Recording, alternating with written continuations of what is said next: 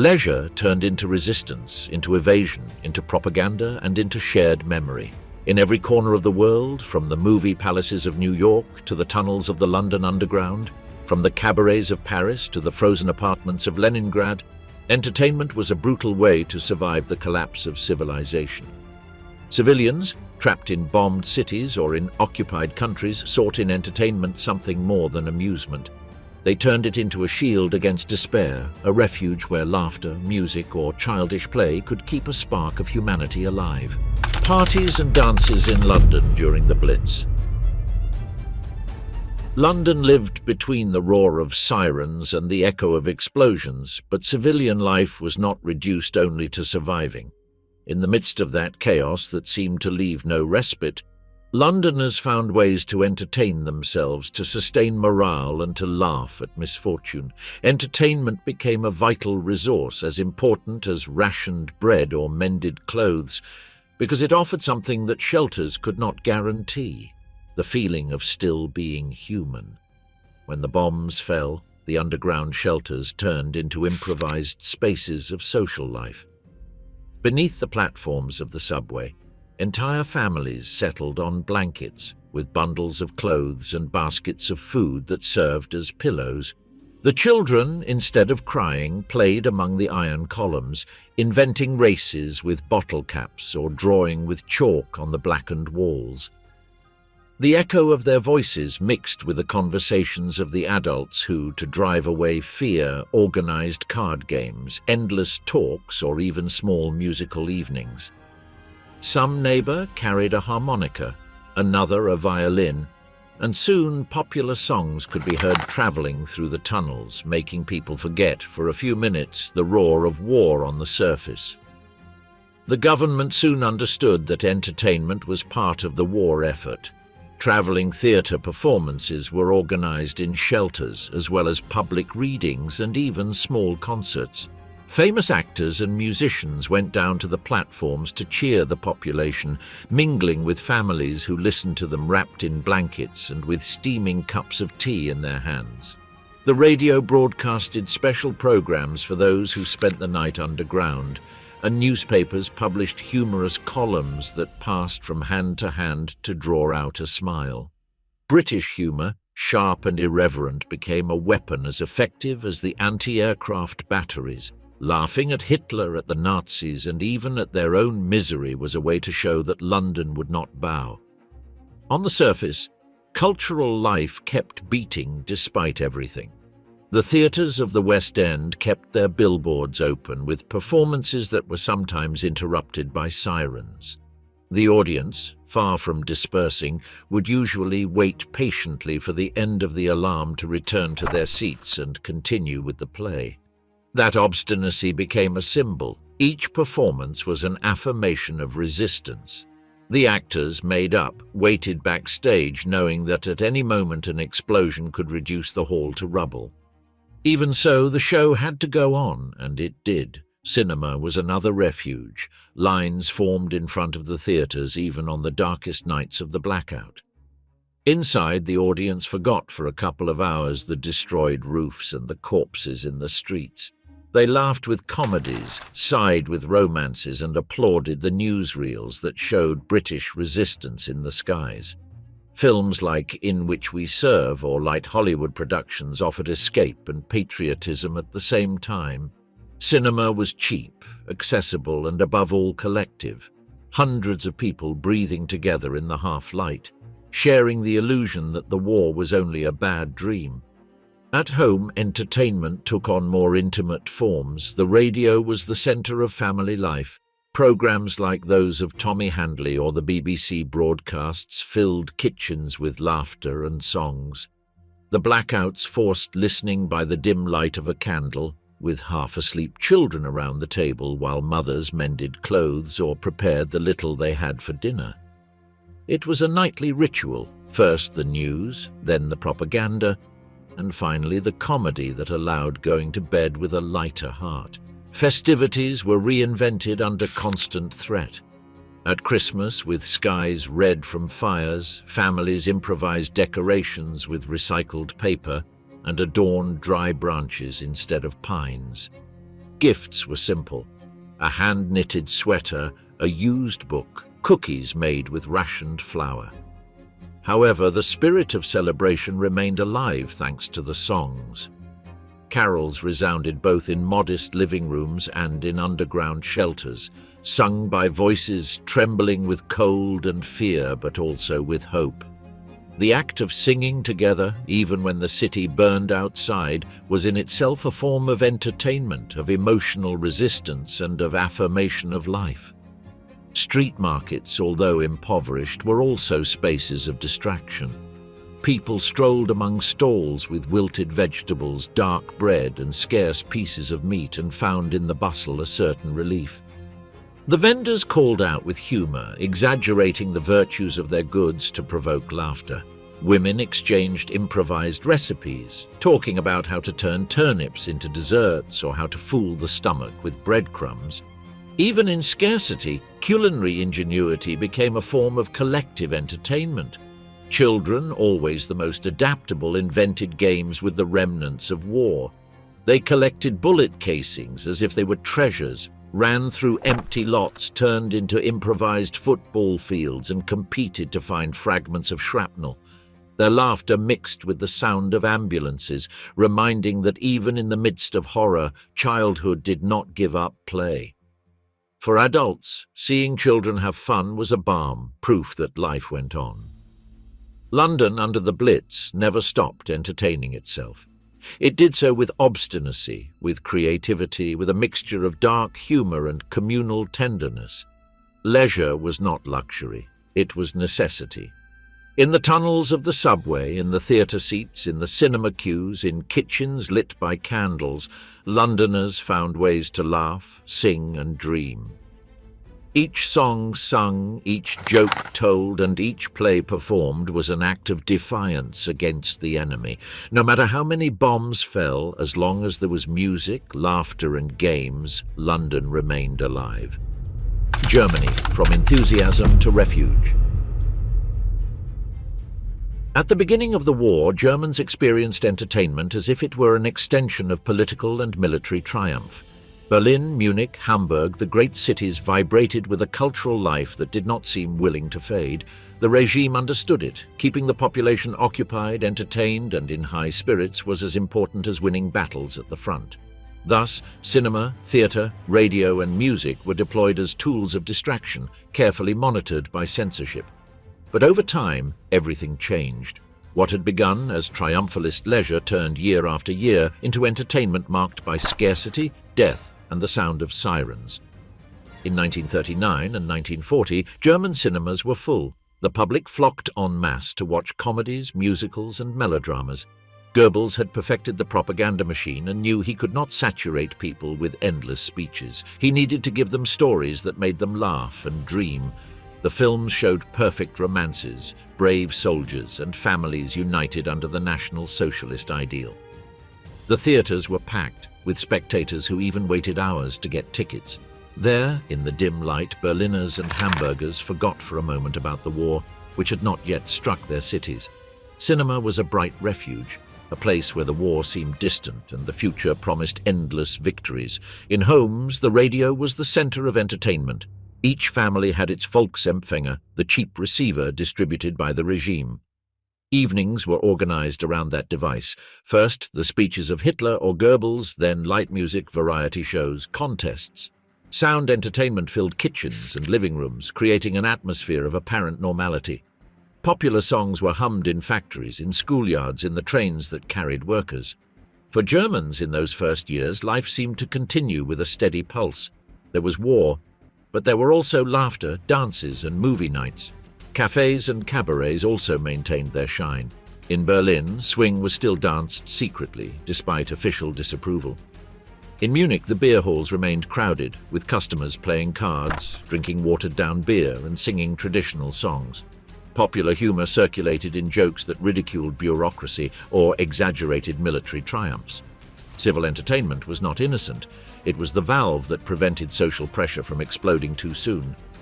But starting in 1941, everything began to darken.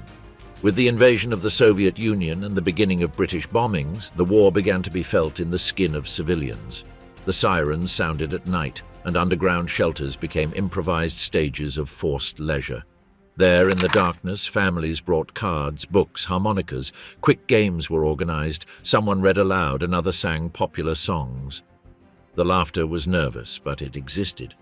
Among the noise of bombs and the dust falling from the ceilings, civilians entertained themselves so as not to go mad. Hunger and rationing also transformed forms of leisure.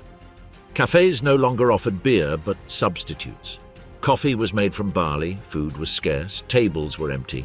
However, people kept going because talking, sharing a joke, exchanging improvised recipes was entertainment in itself. In the lines for bread or potatoes, people murmured songs, told jokes about Hitler and the Gestapo, risking much but needing to laugh at something. Theatre continued to function, but with an increasingly tired audience. Light plays, absurd comedies, classical pieces adapted to Nazi ideology. The actors performed before spectators who applauded coldly, knowing that upon leaving they would find dark streets, rubble and rumors of the dead. Entertainment was no longer escape. It was emotional resistance. Christmas became one of the few occasions when the population insisted on entertaining themselves despite everything. Trees were decorated with paper ornaments, dinners were minimal, but families sang carols and organized games with children. In 1942 and 1943, when the news from Stalingrad filled the newspapers, those Christmases were as somber as they were necessary. Entertainment mixed with melancholy. Singing carols in a frozen room was as much an act of faith as of obstinacy. In 1943, with the massive bombings over Hamburg, Essen, Berlin, and so many other cities, entertainment was reduced to the essential. In shelters, choirs were improvised, children played with pieces of wood or invented stories. Families gathered around portable radios to listen to news, songs, or simple comedies that sounded ridiculous against the roar of the bombs, but still managed to draw smiles. Libraries improvised collective readings in basements, and people memorized poems as if they were talismans against fear. Black humor began to circulate with more strength. Jokes were told about the war, about the bombings, even about Hitler himself. They were dangerous, could cost one's life, but they were necessary. Laughter amid devastation was a brutal form of entertainment, a gesture of psychological survival. Children, weakened by hunger, kept playing. They made football fields among ruins, collected fragments of shrapnel as treasures, invented games with empty helmets or abandoned boots. Their laughter was a brutal contrast with the smoke and corpses in the streets. For adults, watching children play was both relief and pain. Relief because innocence persisted, pain because they knew that childhood was marked by war. In 1944 and 1945, entertainment in Germany was reduced to minimal gestures. A song sung in a basement, a book read aloud, a group of neighbors playing cards in the middle of a blackout.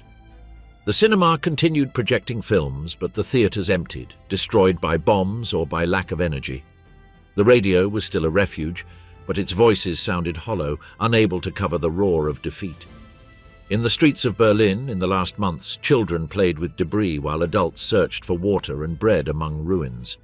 The war had devoured everything, and entertainment barely survived as a sigh, as an absurd obstinacy against total destruction. For German civilians, leisure was a brutal journey. It began with crowded cinemas and cheerful songs, passed through dark shelters and black humor, and ended in frozen basements where an improvised song could mean the difference between surrendering or resisting one more day. Entertainment, far from being a luxury, was an invisible battlefield where the population fought to preserve a fragment of humanity amid the most absolute collapse. Leisure under siege, Leningrad between music and hunger. The siege of Leningrad transformed the notion of entertainment into something completely different from what it meant in any other city in the world. There, where hunger killed thousands every day and the temperatures dropped to impossible levels, distraction was almost an act of survival.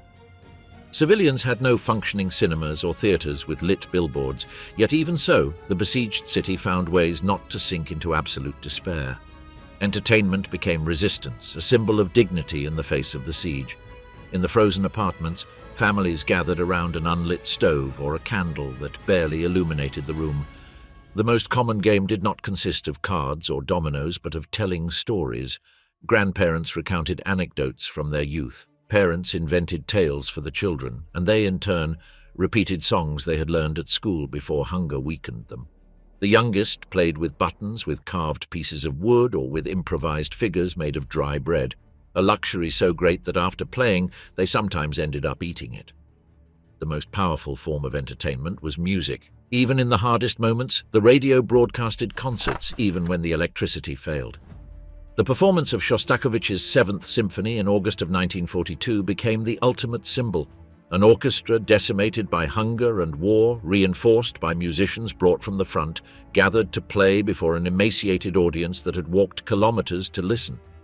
The scores were copied by hand, rehearsals were carried out in miserable conditions, and many performers could barely hold their instruments. But when the notes filled the air, the inhabitants of Leningrad felt that, despite the siege, they still belonged to a living city. That concert was broadcast through loudspeakers across the whole city and even toward the German lines as a message. We were not defeated. In the underground shelters, people tried to distract themselves with readings. Those who had books lent them to strangers, and reading aloud became a common practice. There were those who memorized poems and recited them again and again, as if by repeating the verses they ensured that culture would survive hunger. Pushkin and Lermontov, Tolstoy and Gorky circulated in the voices of neighbors who, among the echoes of the bombs, found in literature a little peace. The theater, though diminished, did not disappear. Groups of actors organized small performances in basements, short scenes, light satires, or dramatized readings. The spectators, wrapped in blankets and trembling from cold, laughed at simple jokes, grateful for anything that could divert their minds from reality. The applause was weak because of physical frailty, but strong in emotion. To applaud meant to confirm that there was still strength left. Traditional celebrations also continued, adapted to hunger. On New Year's or Christmas, families decorated dry branches with strips of paper and pieces of fabric. Children drew stars on old sheets or colored with charcoal. Food was minimal. Sometimes only a piece of black bread shared among everyone, but songs were never missing. Russian carols, popular melodies, even recent Soviet songs were sung with broken voices, weaker than ever, but enough to maintain a thread of hope. The young people, despite hunger, sought spaces for socializing. Some met among the ruins to talk, exchange stories, or dream of a future that seemed impossible. They made plans for trips, dances, and weddings, as if talking about them was already a way of living them. Others organized small, improvised competitions, who could recite more poems by heart, who found a curious object on the street, who managed to light a candle with fewer matches. Minimal games, but ones that reminded them they could still have fun. Entertainment in Leningrad was ultimately an act of cultural and human resistance. It was not about luxuries or easy distractions, but about the obstinacy to sing, read, play, and create in a world that wanted to reduce them to silence. Every story told in a frozen apartment, every chord drawn from a violin with worn strings, every poem recited in a shelter was a challenge to death, a reminder that the spirit of the city remained alive even though the bodies were wasting away. Between the cold and the hunger, the Dutch winter of 1944-45. In the Netherlands, during the winter of 1944-45, entertainment was no longer a luxury or an organized distraction, but a fragile thread against despair. That period, known as the Hunger Winter, trapped the civilian population between the cold, the lack of food, and the paralysis of an occupied and divided country. Trains did not circulate, cities were besieged by scarcity, and hunger slowly devoured the population. In that context, entertaining oneself almost always meant deceiving the stomach and the mind, creating small parallel worlds that protected children and gave adults an illusion of normality. Families gathered in frozen rooms where the glass of the windows had been replaced by cardboard or rags, and the stoves remained off for lack of coal. There, under several layers of clothing, candles were lit that barely illuminated the damp walls. Entertainment consisted of telling stories, transmitting family legends, or reciting passages from books that were shared as treasures. Children listened to tales about past summers in the fields, about bicycle rides or excursions to the coast of the North Sea. places that in 1944 seemed as distant as another planet. Children's games adapted to hardship. With no toys available, the little ones played with buttons, empty boxes, or improvised rag dolls. Sometimes the simple act of drawing with charcoal on a wrinkled piece of paper was enough to distract them from hunger. Others invented memory competitions, repeating songs learned at school or creating rhymes about their daily situation, verses that spoke of non-existent bread, broken shoes, cold stoves. It was a tragic, childlike humor, but also a way to endure the unbearable. Music, although scarce, did not disappear. Official radios were controlled, and many families had hidden them to avoid German searches. Those who managed to keep them listened in secret to forbidden broadcasts, such as those from the BBC, and then shared the songs or the news in intimate gatherings. Singing together became an act of resistance as much as of entertainment. Carols and popular songs sounded in low voices, sometimes barely murmured so as not to attract attention, but enough to fill the silence of frozen homes. Theatre and cinema had been reduced to almost nothing. The theatres were closed or functioned only for the occupation troops, inaccessible to civilians. Instead, the Dutch improvised performances in private homes. A family could stage a small play for the neighbors, using sheets as curtains and oil lamps as spotlights. The actors were the children themselves, who imitated their teachers, the shopkeepers, or even the soldiers, provoking laughter among the adults. Laughing at authority, even in a dark living room, was a relief and a reminder that mockery still existed, that deeply human weapon against oppression. Reading was another refuge. Many books had been confiscated or destroyed, but those that remained circulated from house to house as if they were sacred goods. Community readings were organized, where one adult read aloud for several neighbors. Novels became collective escapes. Heroes, journeys, and adventures replaced for a while the anguish of scarcity. Even clandestine newspapers, printed at great risk, were read with an element of entertainment. They did not only inform, they also offered caricatures, jokes, and poems that kept alive the spirit of resistance. The Christmas of 1944 was especially hard. There were no pines to decorate or food to prepare festive dinners. Many families hung dry branches adorned with strips of paper and cardboard. The gifts, if they existed, were recycled objects: an old book newly bound, a mended coat, a handmade toy. And yet the celebration took place. People sang carols in frozen houses, shared crumbs of dark bread, and drank coffee substitutes made from barley. The simple act of gathering, of lighting a candle and singing, was a gesture of defiance against hunger and war. Adults, aware that despair could break collective morale, made a special effort to invent distractions for children. Guessing games, repetitive songs, and crafts made with paper or wood were strategies to keep them occupied. The goal was twofold: to protect them from despondency and also to remind the adults themselves that, despite the cold and scarcity, life had not yet completely vanished. In the streets, entertainment was minimal, but it still emerged. In the endless lines to get food, people exchanged jokes about the Germans, told absurd rumors, or recited sayings to provoke a smile. Humor, even the darkest kind, circulated like a coin of resistance. It was said that rations were so small that soon it would be necessary to draw the bread on the coupons in order to eat it. Jokes that provoked nervous laughter from those who knew the situation was desperate.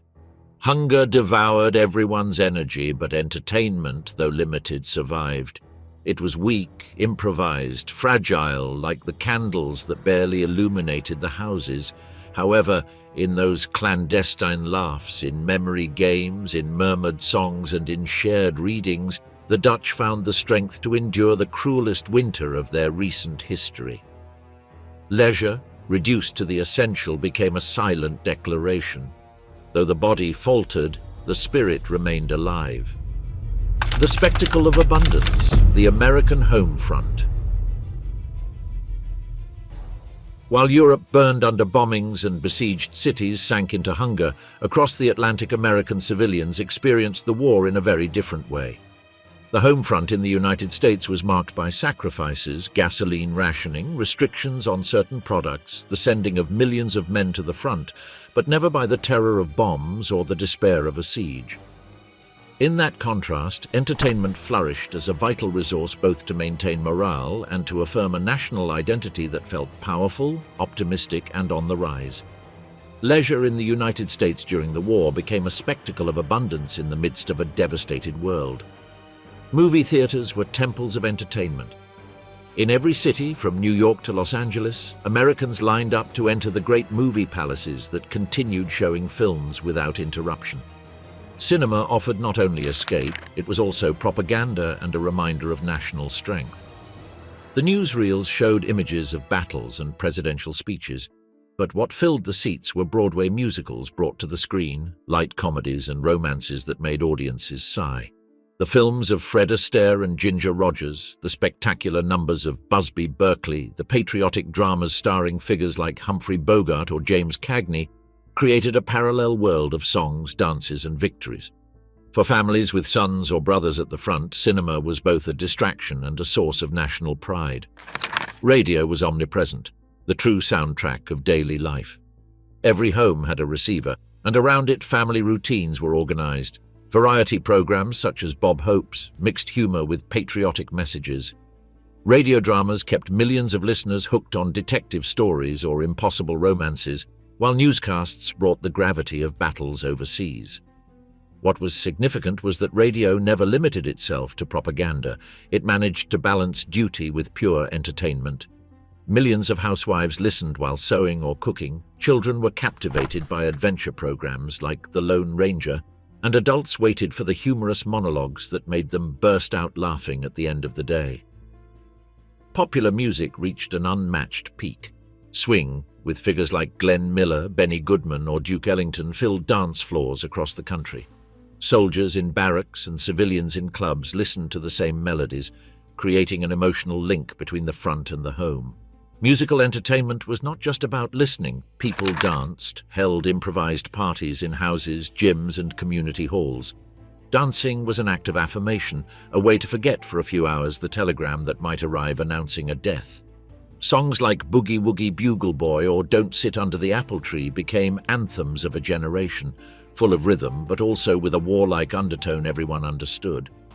The role of women on the home front had its own reflection in entertainment. The figure of Rosie the Riveter, with the red headscarf and the slogan, "We can do it," not only symbolized labor effort, but also a new form of pride that permeated popular culture. Songs, posters, and films with working heroines portrayed women not as victims of war, but as protagonists keeping the national machinery moving.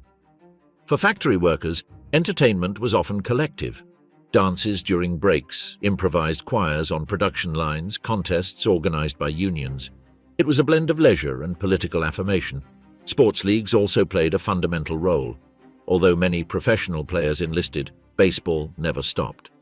Games of the Yankees, Dodgers, or Cardinals continued to draw crowds, and sports columns filled newspapers with headlines that gave the population a break from the front's news. Even women's baseball leagues were created, such as the All-American Girls Professional Baseball League, which filled stadiums with thrilling games while men fought in Europe and the Pacific. Sport was entertainment and, at the same time, proof of American capacity for reinvention. The theater and Broadway also remained active, though adapted to wartime conditions. Plays with patriotic messages, light comedies, and revue shows ensured that New York remained a cultural beacon. Actors and singers also traveled to barracks and military bases to offer shows to the soldiers. The same occurred with the United Service Organizations, USO, which organized tours where artists such as Marlene Dietrich or Judy Garland performed before military audiences in remote locations. That link between civilian entertainment and troop support reinforced the collective nature of leisure. It was not only about having fun, but about doing so in the name of the national cause. In homes, entertainment took intimate forms. Families played board games, cards, dominoes, or Monopoly, shared reading evenings, organized picnics in parks and community parties. Rationing required creativity, but did not prevent gatherings. Children collected trading cards, played war with lead soldiers, staged improvised plays with sheets and puppets. In the suburbs, reading clubs, musical evenings, and cooking contests with recipes adapted to ration coupons were organized. Festivities became special occasions to reinforce morale. Thanksgiving and Christmas were celebrated with enthusiasm, even if some ingredients were limited. Families wrote letters to soldiers and, in many cases, left an empty chair at the table in honor of the absent one. At the same time, 4th of July, parades and patriotic celebrations were more spectacular than ever, with fireworks and military marches reminding the population that the country was united in a single cause. Humor was another key tool. Magazines like The New Yorker or daily comic strips offered cartoons mocking Hitler, Mussolini, and Tojo. Satire circulated at all levels, from office jokes to comedy shows. Laughing at the enemies was part of entertainment and also part of emotional strategy. Turning Axis leaders into ridiculous characters stripped power from their image. Even in factories, in workplaces, entertainment found a place. Women who riveted planes organized singing contests, small choirs, or games during breaks. Supervisors understood that this spontaneous leisure was not a waste of time, but a way to maintain productivity. Work and entertainment intertwined because on the American home front, life was not reduced to sacrifice. There was a conscious effort to preserve joy. Portable radios accompanied those who traveled or worked in fields and workshops. On farms, in gas stations, in train stations, there was always a device on, broadcasting swing music or comedy programs. That constant presence of entertainment in daily life created an atmosphere where fear and anxiety did not dominate. Compared to Europe, leisure in the United States had a defining feature: abundance. Although rationing existed, the country never suffered mass hunger or urban destruction. That advantage allowed entertainment not only to survive, but to expand.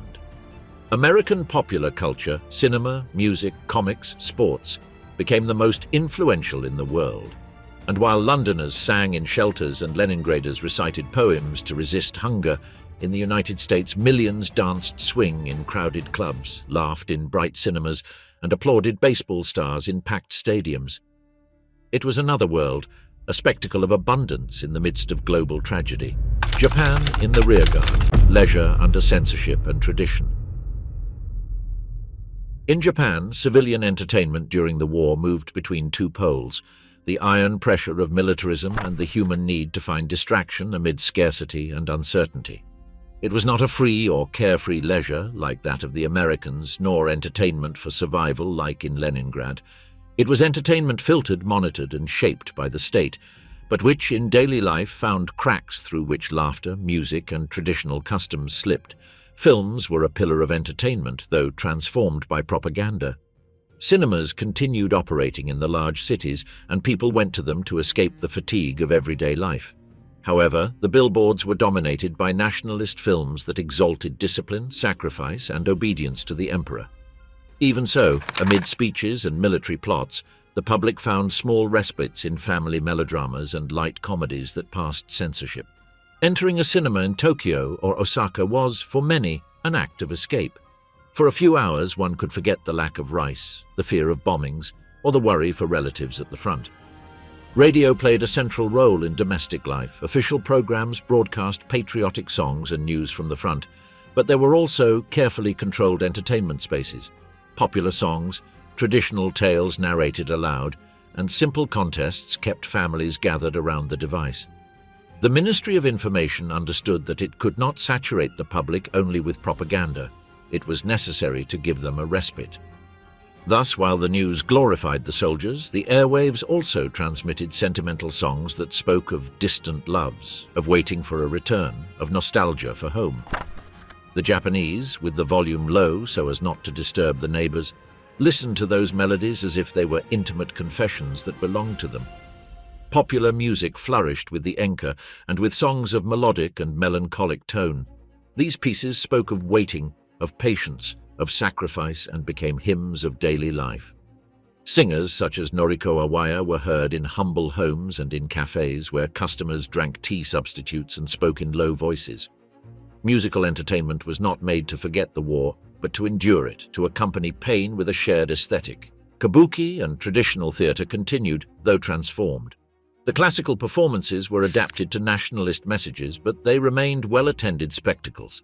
Families went to see those plays that mixed exaggerated gestures, brilliant costumes, and ancestral tales. For the audience, attending kabuki meant reconnecting with the cultural history of the country, reaffirming a collective pride that the state knew how to manipulate in favor of the war effort. Even so, the theatrical experience kept its same magnetism. The well-known actors received ovations, and the intermissions were moments to converse, exchange news, and enjoy a while in community. Domestic life offered its own kind of entertainment. In homes, under the dim light of oil lamps, families played go or shogi, the traditional board games. These encounters were much more than distractions. They were spaces of unity where parents and children could share a moment of normality. Women, after finishing daily tasks, taught children nursery songs or revived old folk tales. Even amid censorship, stories about spirits, legendary heroes, or magical animals kept alive a parallel universe, a space where the war did not enter. Sumo, the national sport, also functioned as collective entertainment. Although some competitions were reduced by the war, the tournaments that continued attracted crowds. Watching the wrestlers face each other in the dojo was a reaffirmation of strength and continuity. The audience applauded, commented, debated, and during those hours, the country seemed to return to a more familiar, safer rhythm. Sumo needed no propaganda. Its mere existence was enough to lift morale and reaffirm a shared identity. Traditional festivals, though limited, did not disappear entirely. Some local celebrations adapted to the war. The lanterns were smaller, the dances reduced, but they continued bringing the community together. The Obon, with its dances in honor of ancestors, took on a more solemn tone but remained a space of collective entertainment. Dancing in a circle, with drums resonating, was as much an act of leisure as of emotional resistance. Children improvised games with stones, sticks, and rag dolls. They invented races in the courtyards, built small shadow theatres with paper and candles, and sang songs that spoke of heroic soldiers or fantastic animals. Children's entertainment was simple but vital. It kept innocence alive in a country where military indoctrination reached even the school textbooks. For adults, hearing the laughter of children amid scarcity was a relief, a reminder that life still beat on. With the advance of air bombings in 1944 and 1945, entertainment moved to shelters. There, in the dimness of tunnels and basements, families tried to distract themselves from the roar of planes with cards, stories, and songs. Some brought small instruments like flutes or shamisen and played while the bombs fell. Music in those places took on immense power. It sounded like a challenge to the noise of war. In Japan, civilian entertainment during the war was not a free space, but one shaped by the state and by tradition. However, within those restrictions, the population found ways to sing, to play, to laugh, to tell stories. Each enka melody, each shogi game, each kabuki performance was a reminder that, although militarism controlled public life, people still needed to distract themselves, to imagine, to feel alive. Leisure in Japan was less evasion than cultural resistance, a way to sustain identity amid collective sacrifice. Occupied France, leisure between collaboration and resistance. In occupied France, civilian entertainment oscillated between the life imposed by the Germans and the secret spaces where the French tried to preserve their own voice. Paris, with its boulevards and cafés, at first seemed to maintain a certain air of normality, but that normality was pierced by the German uniform on every corner and by the vigilance of an imposed culture. Yet even under those conditions, leisure did not disappear. It was transformed into a silent battlefield where music, theatre, cinema, and everyday life became symbolic weapons, spaces of collaboration or resistance depending on who occupied them. Parisian cafés, always crowded before the war, continued to function under the gaze of German officers. There, discreet laughter mixed with card games, discussions about football or poetry, and the constant tension of not saying too much. Officers of the Reich sat at the best tables, drank confiscated wine, and listened to musicians play French songs while the regular patrons tried to ignore the occupation. In some establishments, jazz could be heard, prohibited by the Nazis but tolerated in certain environments because even German soldiers enjoyed it. That contradiction turned cafés into ambiguous stages, charged with invisible tensions. At first glance, they were places where civilians sought relief, a shared table, a cup of watered or chicory coffee, the murmur of conversations trying to avoid the monotony of rationing and surveillance. But beneath that surface, a silent battle was fought. For some, attending cafés regularly and mingling with German officers was a gesture of submission or even collaboration. For others, keeping those spaces open, continuing to play French melodies on rickety pianos or maintaining the afternoon aperitif ritual was a way of showing that cultural identity would not surrender. There were cafés where forbidden popular songs were sung, performed softly by musicians who watched cautiously the tables occupied by uniformed soldiers. There, a chord of jazz, an echo of American swing, or a traditional melody became coded messages of defiance.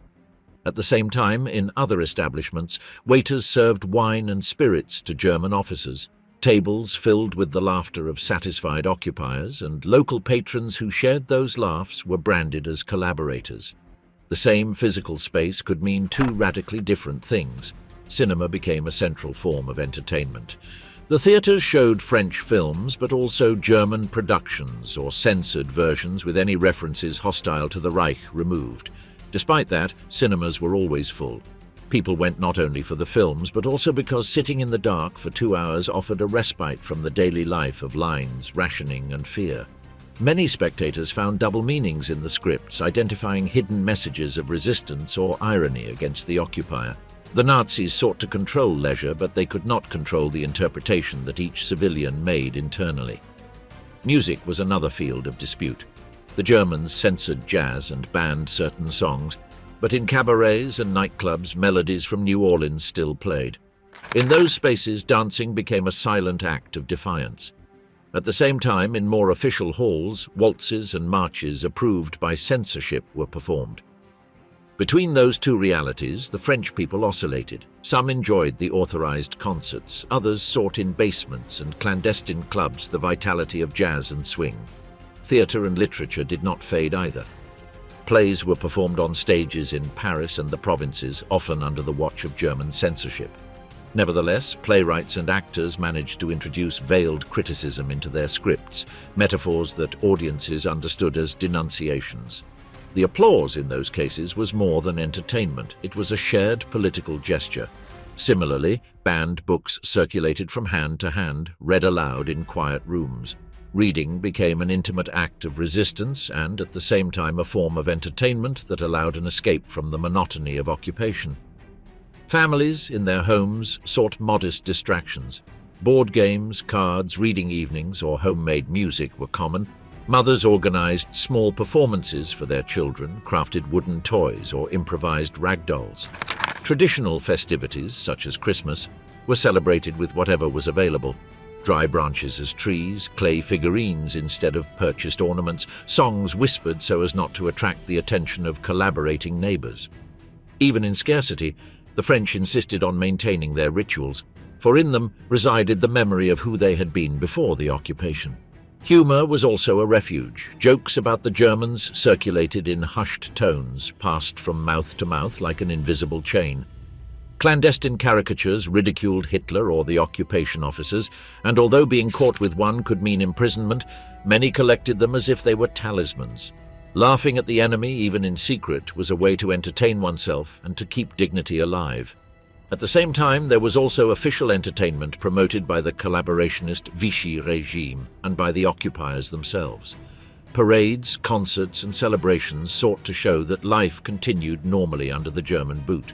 Some civilians participated in these activities, others watched from a distance, and many despised them in silence.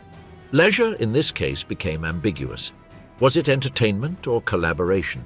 That doubt marked every gesture, every applause, every public smile. Children found in outdoor games a refuge from hunger and fear. They ran among ruins, made toys from wood or recycled metal, played at soldiers, imitating both French and Germans. Their laughter was genuine, but always echoed under the watchful gaze of an adult, aware that each day was a precarious balance between life and oppression. In occupied France, entertainment was not merely escape, it became a cultural battlefield. Going to the cinema, listening to jazz, telling jokes about the Germans, reading a banned book in a whisper, or keeping a traditional celebration were acts of leisure but also of resistance.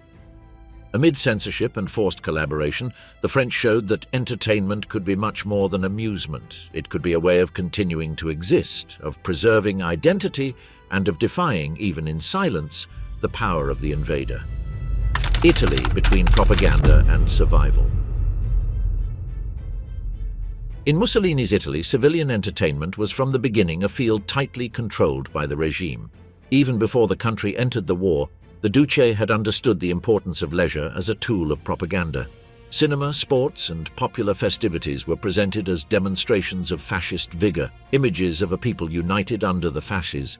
However, as the war advanced and hardship struck harshly, those same forms of entertainment were transformed into precarious refuges, spaces of intimate resistance, or simple attempts to forget hunger and fear. Civilian Italy went from choreographed parades and triumphalist cinema to improvised games in basements and muted songs in empty kitchens. Cinema was the great jewel of fascism. Cinecittà, inaugurated in 1937, was the pride of the regime and the showcase of its modernity. The films exalted Roman glory, military heroism, or the ideals of collective sacrifice. The theatres filled with spectators who, though aware of the manipulation, went in masses because the screen still offered escape. Among official newsreels and speeches, there were also melodramas, comedies, and musicals that managed to elicit smiles and sighs. During the first years of war, cinema was perhaps the last space where the illusion of normality remained alive. But as defeats accumulated and misery increased, the seats began to empty and viewers sought more comfort in foreign films, especially American ones, when they managed to slip through the restrictions. Sports were another tool that the regime turned into a patriotic spectacle. Football, already popular throughout Italy, was used as a demonstration of fascist vigor. The stadiums filled with flags and slogans, and sporting victories were presented as triumphs of the system. For the public, however, the matches were above all entertainment, an opportunity to forget the war and to live intense emotions unrelated to military reports. Watching Roma or Torino play allowed, even for 90 minutes, the feeling that life still had room for passion and collective joy. In cafés and bars, entertainment had a double edge. On one hand, they were monitored spaces where speaking too freely could mean a denunciation.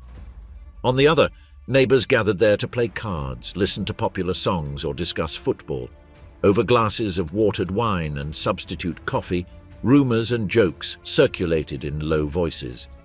Italian popular humor, sharp and ironic, flourished even in those environments, ridiculing the regime or mocking military defeats. Laughing together was a form of entertainment, but also of resistance. Traditional festivities continued, though transformed. Carnival, religious celebrations, and village fairs still brought the community together, but abundance disappeared. The dances were shorter, the food scarcer, the fireworks almost non-existent. Even so, people sought to maintain those rituals because they represented continuity in the face of uncertainty.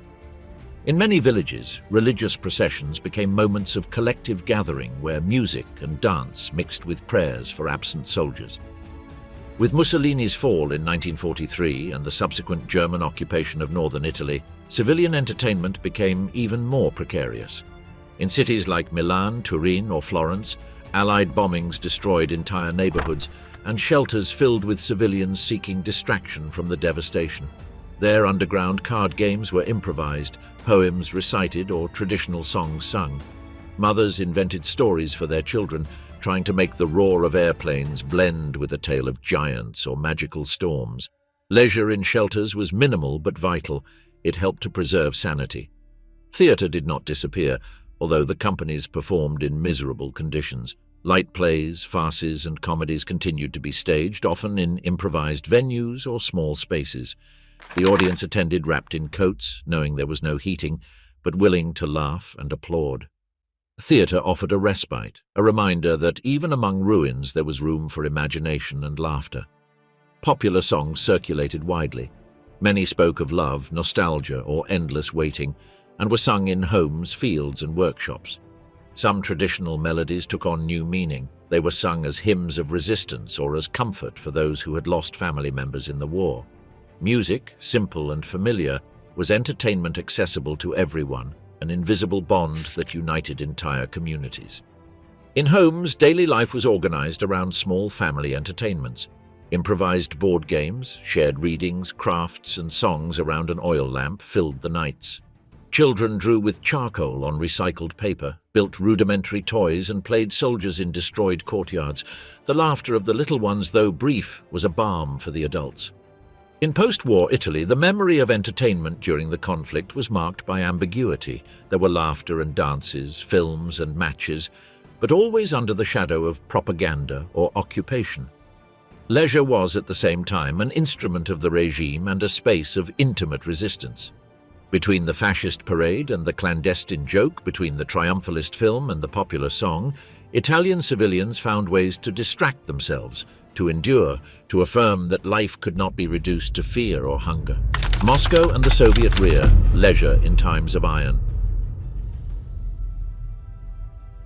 In the Soviet Union, outside the hell of Leningrad, civilian life was also disrupted by the war. Moscow, the symbolic city of Soviet power, lived under the constant threat of bombings and German advances, but it was never besieged into starvation as Leningrad was. There, entertainment became a mixture of propaganda, improvisation, and psychological necessity. Leisure did not disappear.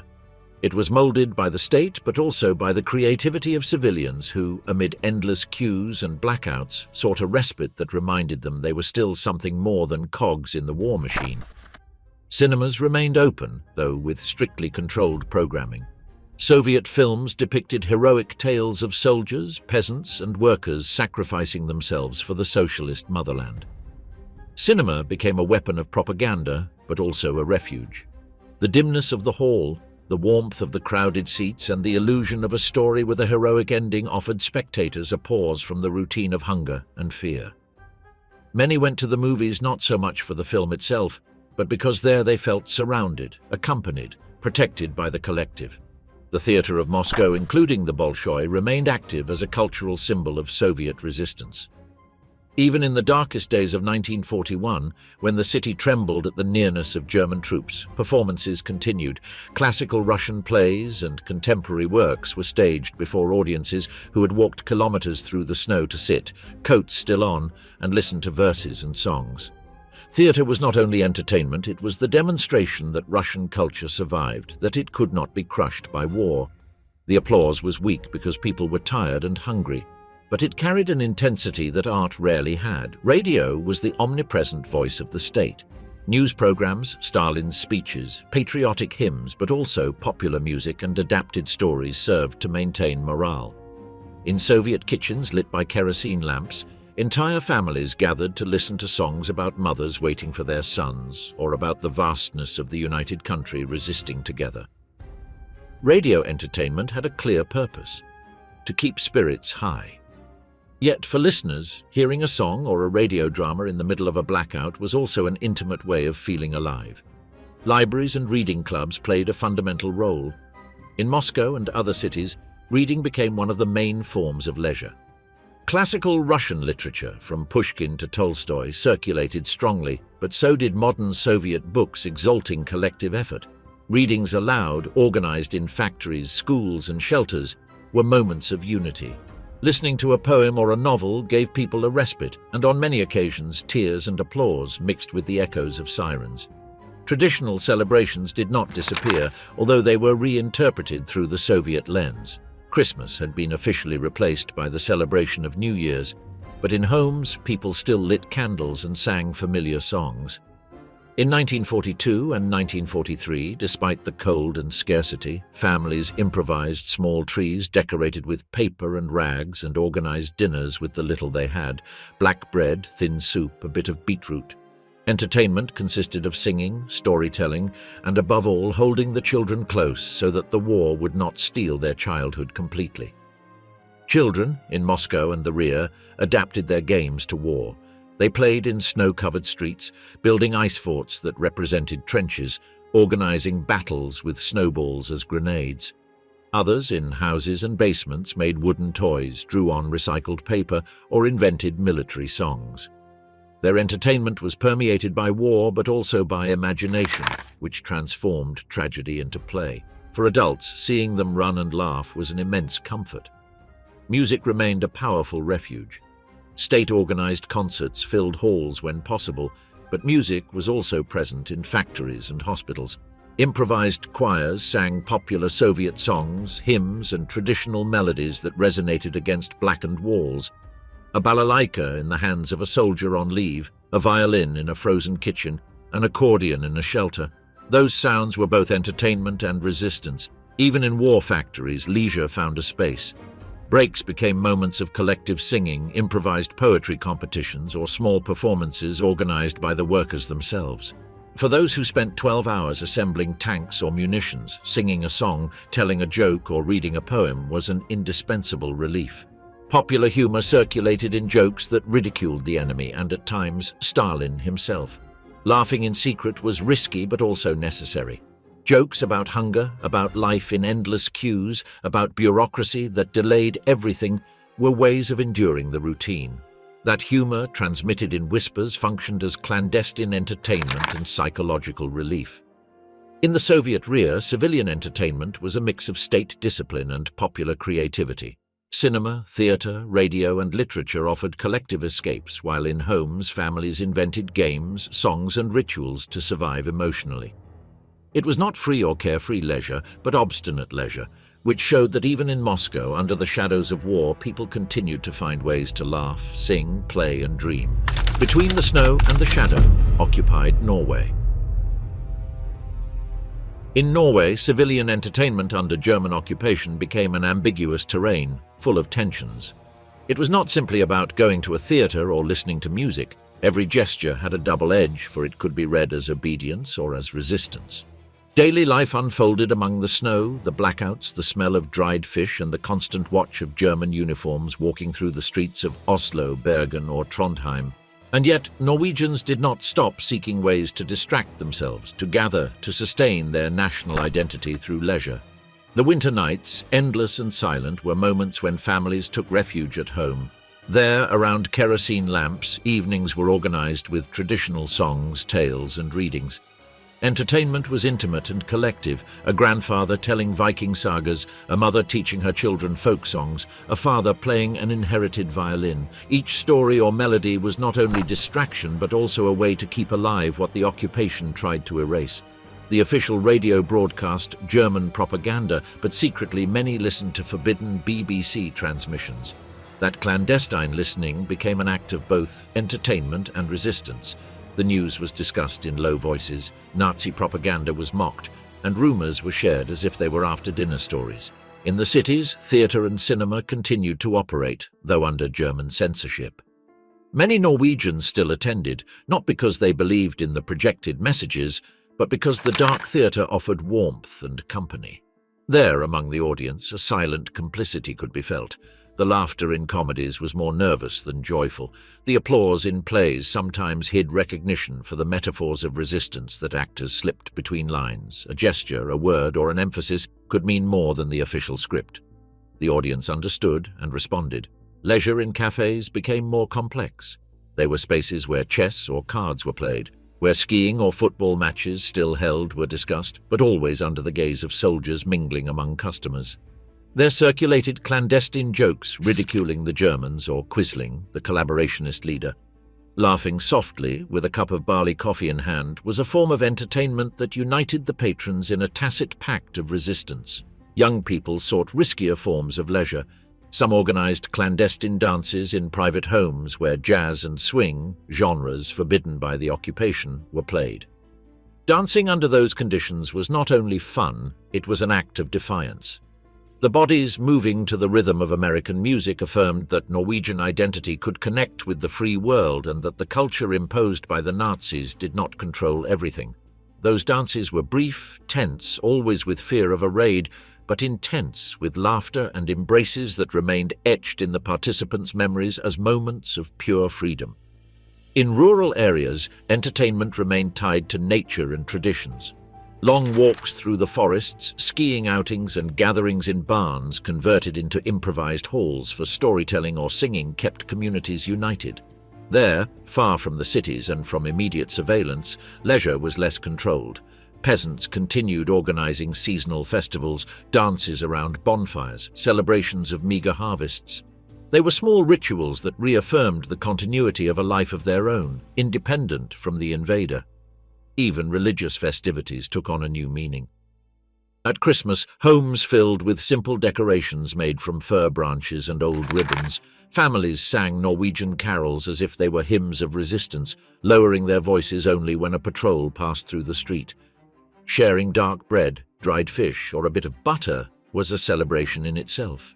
Entertainment mingled with faith, and both became invisible walls against fear. Children, as everywhere, turned war into play. They collected bullet casings, imitated parades with sticks as rifles, competed in races over the snow. Their laughter, echoing among the silent houses, was spontaneous entertainment that comforted adults. Parents watched them with tenderness and sorrow. They knew childhood was slipping away amid hunger and occupation, but also that those hours of play were the only guarantee that the future still existed. Entertainment in occupied Norway was never innocent.